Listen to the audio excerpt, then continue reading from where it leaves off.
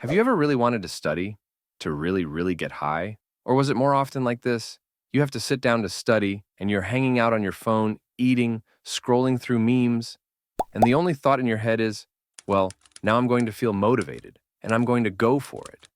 And it doesn't come. Sound familiar? Then listen to this. Hundreds of thousands of people wait for years for motivation. They read books, watch videos, get inspired for 5 minutes, and back into the swamp. Because motivation is like the weather. Today it's there, tomorrow it's not. And you need to learn not tomorrow, but now. Today, I'll show you how to study even when you don't feel like doing anything at all. When you're tired, when you're burned out, when you're lazy, bored, and not excited about life. After this video, you won't just get moving. You'll start learning on automatic. No mantras, no magic, no kick from your mom. And here's a question for you. What's your main way of putting off studying? Write it in the comments. Be honest. Mine is, I'll just watch a video and then I'll start. What's yours? You know what the problem with motivation is? It's a lie. Beautiful, inspiring, but false. The brain is not designed to want the hard stuff at all. It wants the easy way out. Minimum effort, maximum pleasure. It's biology. It's evolution. It's Netflix and chips instead of a textbook. When you say to yourself, I'm just waiting for inspiration, you're already caught. It's a trap. 99% of people fall into it, and they stay there with unfinished studies, broken dreams, and a lot of self-justification. Now, here's an example. Take any really successful person, a student, an entrepreneur, an athlete.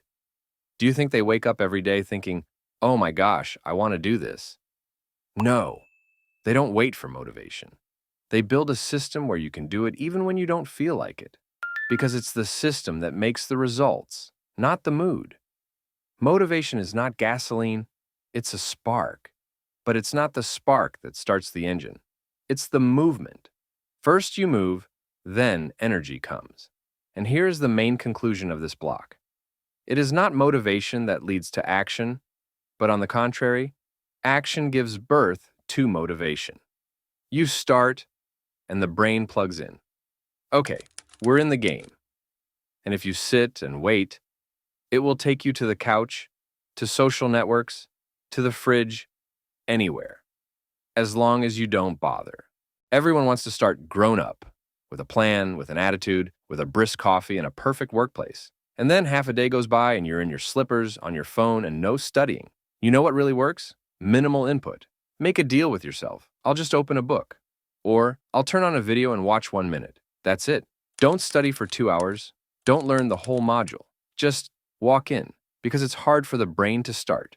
But here's the trick. It's much easier for it to continue than to start. It's like opening a door. You push it with effort, and then it goes on its own. It's the same with studying.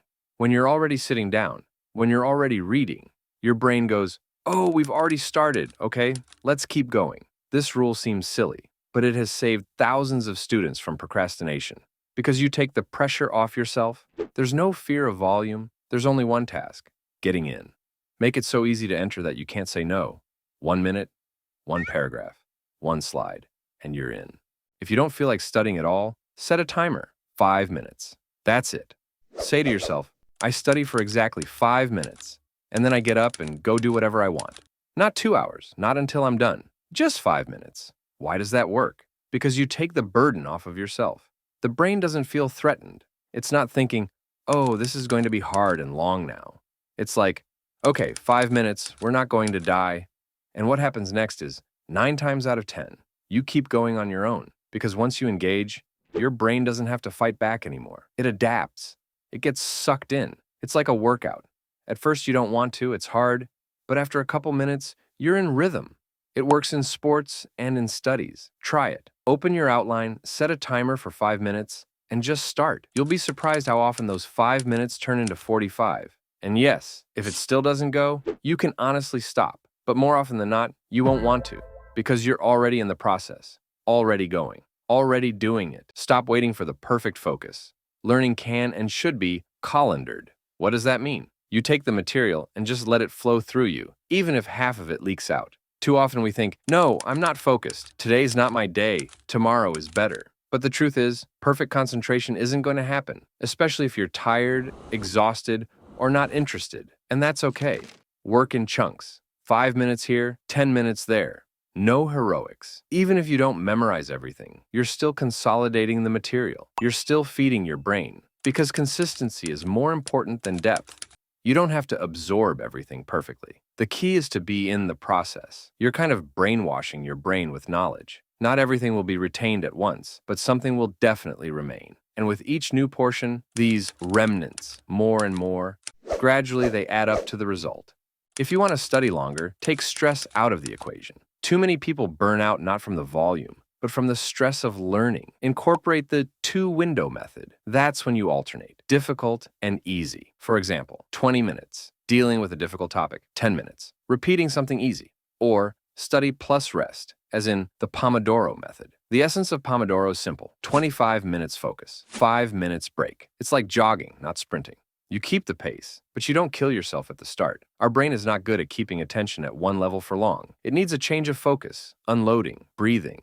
The two-window method helps you not burn out. And most importantly, you don't curse your studies. You don't sit with your teeth clenched until you pass out. You move at a pace where you can realistically make it to the finish line. It's not a weakness, it's a strategy. Because it's not who burns themselves out over the course of an evening that wins. It's who gets to the end. The brain is not a soldier. It won't work itself to exhaustion just because it has to. But it loves rewards. And if you tap into its dopamine system, it will reach for learning on its own. How does that work? It's very simple. You study, you get a reward. You work 30 minutes, you get a candy bar, a meme, 10 minutes in your favorite game. You don't look at it as a weakness, but as part of the system. You don't just allow yourself encouragement. You build motivation into the process. The brain gets a clear message: learning, neon, fun. And every time you do it, there's less resistance and more desire. Want a cool example? Take a look at Google's offices. It's not just computers. There are basketball courts, massage chairs, play areas, swimming pools, free snacks, coffee shops, and even sleep pods. Why? Because people work there and deserve to get high. And what's interesting, they don't scatter home after work. They stay. Socializing, relaxing, enjoying the office. Google doesn't stifle motivation. Google encourages it, and you can do the same. It doesn't matter that you're not in Silicon Valley. Create your own mini Google at home.